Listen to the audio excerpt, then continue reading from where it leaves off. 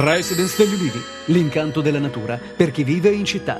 Telefono 0962 96 4192 348 01 17 609.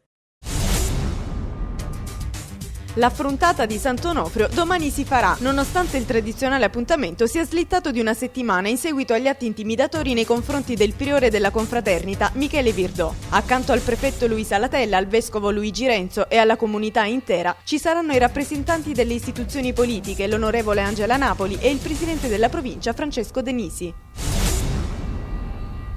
Si sono svolti ieri nella chiesa di Santa Croce a Catanzaro i funerali di Luigi Grande, il giovane scomparso la scorsa estate, i cui resti erano stati trovati mesi dopo in un casolare a San Floro. Dopo che il responso dell'esame del DNA ha confermato l'ipotesi che si trattava del giovane Luigi, i resti sono stati consegnati alla famiglia, che ha potuto dare una degna sepoltura al proprio congiunto. Il padre, commosso, ha detto: «Chissà qualcosa parli».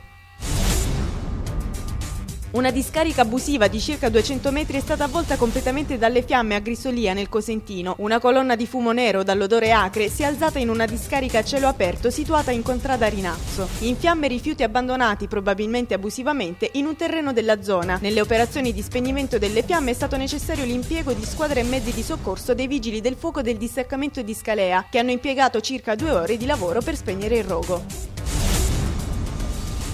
La Camera di Commercio di Crotone, con un finanziamento di 600.000 euro ottenuto dal Ministero dello Sviluppo e da Unioncamere, ha creato un fondo a cui possono accedere le microimprese, per abbattere il costo degli interessi dei prestiti contratti con istituti bancari convenzionati. In pratica, l'ente camerale pagherà gli interessi sui prestiti delle imprese che aderiranno entro il 30 giugno fino ad un massimo di 30.000 euro. L'iniziativa è stata presentata dal presidente Roberto Salerno e dal direttore generale Donatella Romeo.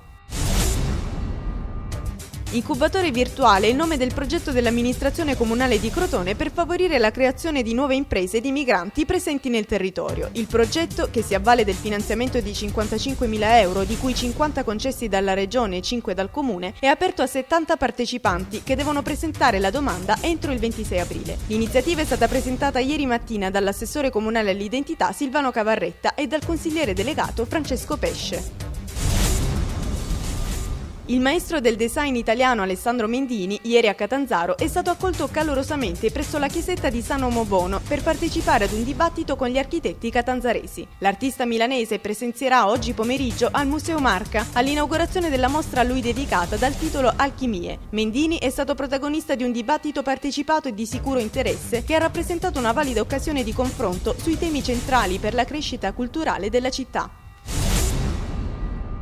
È stata inaugurata ieri al Castello di Carlo V di Crotone la personale dell'artista greco Dimitri Koumousis, dal titolo Dalla Grecia alla Magna Grecia. La mostra, che rimarrà nel castello fino al 13 aprile, consta di 18 opere raffiguranti gli dei e temi collegati all'antica filosofia greca, con la tecnica della matita e china su carta. L'iniziativa rientra nell'ambito degli scambi culturali promossi dall'amministrazione comunale con la Grecia per la valorizzazione della figura di Pitagora.